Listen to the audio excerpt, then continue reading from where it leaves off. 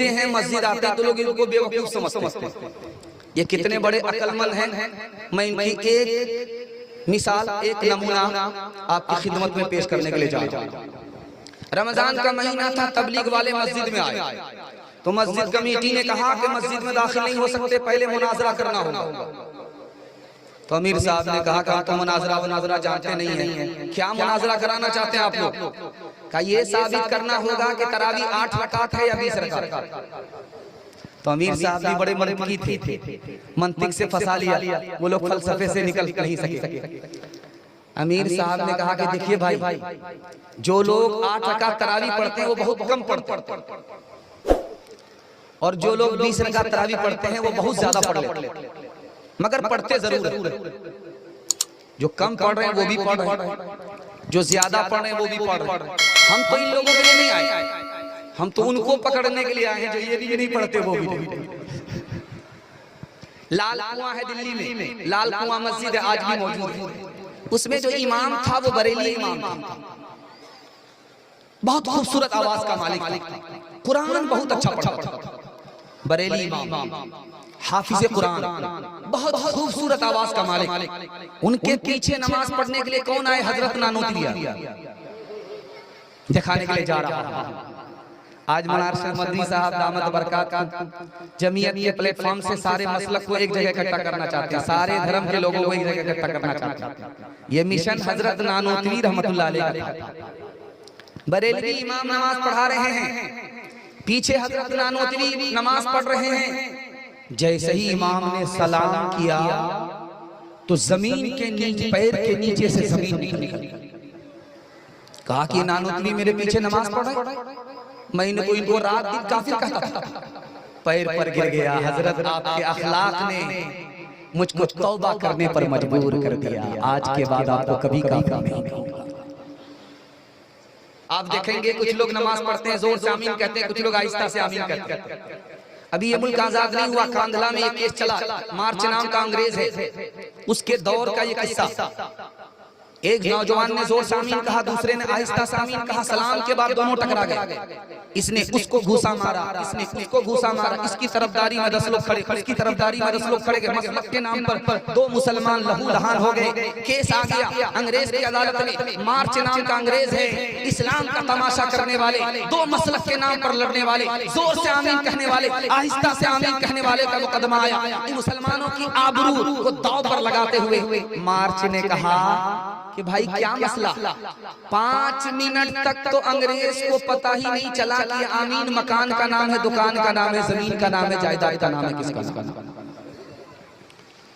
उसके बाद जब वकीलों ने बहस किया तब पता चला कि आमीन दुआ का नाम, दुआ के नाम पर मुसलमान आपस में लड़ गए। तो उसने कितना भिगा करके तमाचा मारा, कितना बढ़िया जजमेंट लिखा, वो मैं आपके सामने रखने के लिए जा रहा हूँ, आंख से पट्टी हटाने के लिए काफी है।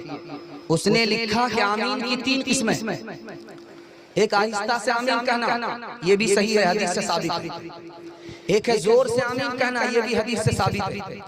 एक फितना उठाने के लिए आमीन कहना, ये हदीस से साबित नहीं है। ये सलफी भी गुनहगार है, ये हलफी भी गुनहगार है। इन दोनों का ठिकाना जेल होगा, इसके आगे कुछ नहीं।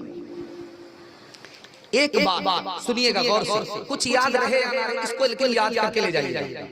इस हिंदुस्तान में सिख कौम है, सिख कौम सरदार, देखेंगे उनके अंदर 2 खूबी है। एक खूबी ये है कि उनका एक आदमी आपको भीख मांगता हुआ नजर नहीं आएगा। दिखा दीजिए कहीं भी चैलेंज आप, सिख को भीख मांगते हुए आप नहीं देखेंगे। और दूसरी खूबी क्या है? उनकी पगड़ी अपनी जगह पर रहेगी, दाढ़ी अपनी जगह पर रहेगी, सब कुछ छूट जाए लेकिन पगड़ी छूट नहीं सकती, दाढ़ी छूट नहीं सकती। हमारी तादाद ज्यादा है, उनकी तादाद कम है, लेकिन इज्जत उनको मिल रही है। क्यों? दीन धर्म को पकड़ करके रखे हुए। दूसरी कौम इस मुल्क में है, उसका नाम है संथाल, आदिवासी कौम। आदिवासी के अंदर 2 खूबी है। एक खूबी क्या है? उसका सरदार जो बोल देगा उसको कोई काट नहीं सकता, गर्दन कट जाएगी, उसकी बात कट नहीं सकती। मानने का जज्बा, हमारे यहाँ जानने का जज्बा तो बहुत है, मानने का जज्बा ही नहीं। क्या जमीयत, क्या इमारत, क्या मुस्लिम पर्सनल लॉ, जब नहीं मानना है तो किसी को नहीं, जानना है सबको, लेकिन मानना नहीं।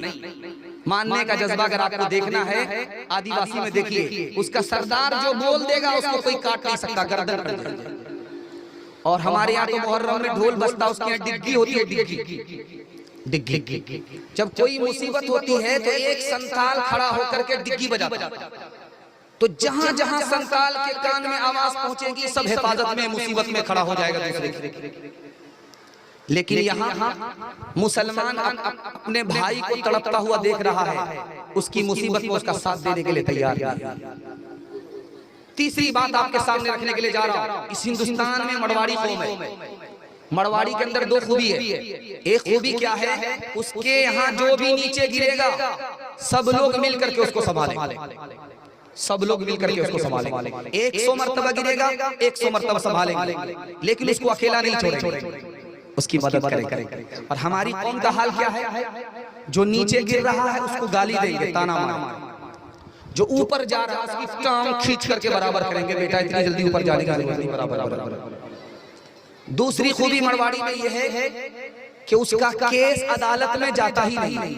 आप किसी भी अदालत में चले जाइए, हाई कोर्ट में जाइए, सुप्रीम कोर्ट में जाइए, जिला की अदालत में जाइए, किसी भी अदालत में वकीलों से पूछिए कि मड़वाड़ी का केस आता है, तो बोलेंगे आता ही नहीं। तो मड़वाड़ी झगड़ा करते हैं, घर में बैठ करके मसला हल कर लेते हैं, अदालत में नहीं आते। इंशाअल्लाह बेटी की तरफदारी में दामाद जेल जाएगा, हाथ उठा दीजिए, बिल्कुल सही जा रहा है। खैर माशाअल्लाह, डिस्क ब्रेक मार करके आपने साबित कर दिया आप मुकम्मल बेदार हैं, मेल मोहब्बत से रहेंगे। तो मैं गारंटी लेता हूं आपको 1 साल में 10 साल के बराबर तरक्की होगी। सिर्फ आपको 2 काम करना है, मुसीबत में दूसरे की मदद करनी, अल्लाह आपकी मदद में खड़ा होगा। अपने घर के झगड़े को घर में हल करना है।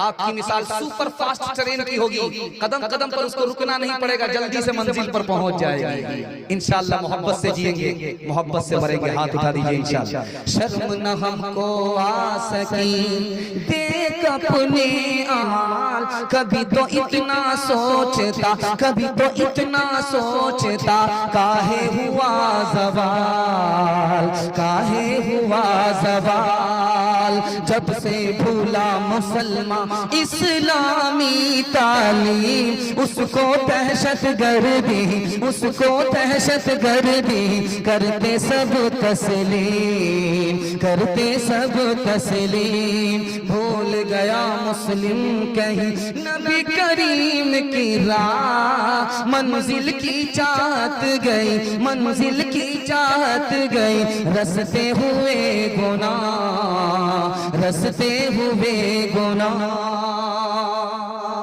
बस औरतों के हवाले से पैगाम आपको सुना करके, जवान को और बूढ़े को पैगाम दे करके मैं अपनी जगह ले लूंगा।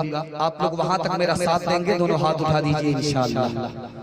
बहुत अच्छा माहौल, बहुत खूबसूरत जलसा, आधा से ज्यादा निकल चुका है, थोड़ा सा जलसा बाकी रह गया। अपने मेहमान का इस्तकबाल आपको करना, उसके लिए आपको तैयार कर रहा हूं, ध्यान से इसको सुनिएगा। बेटा बीमार है, बाप रो रहा है, बेटा आंख खोल करके बाप को देखा, बहुत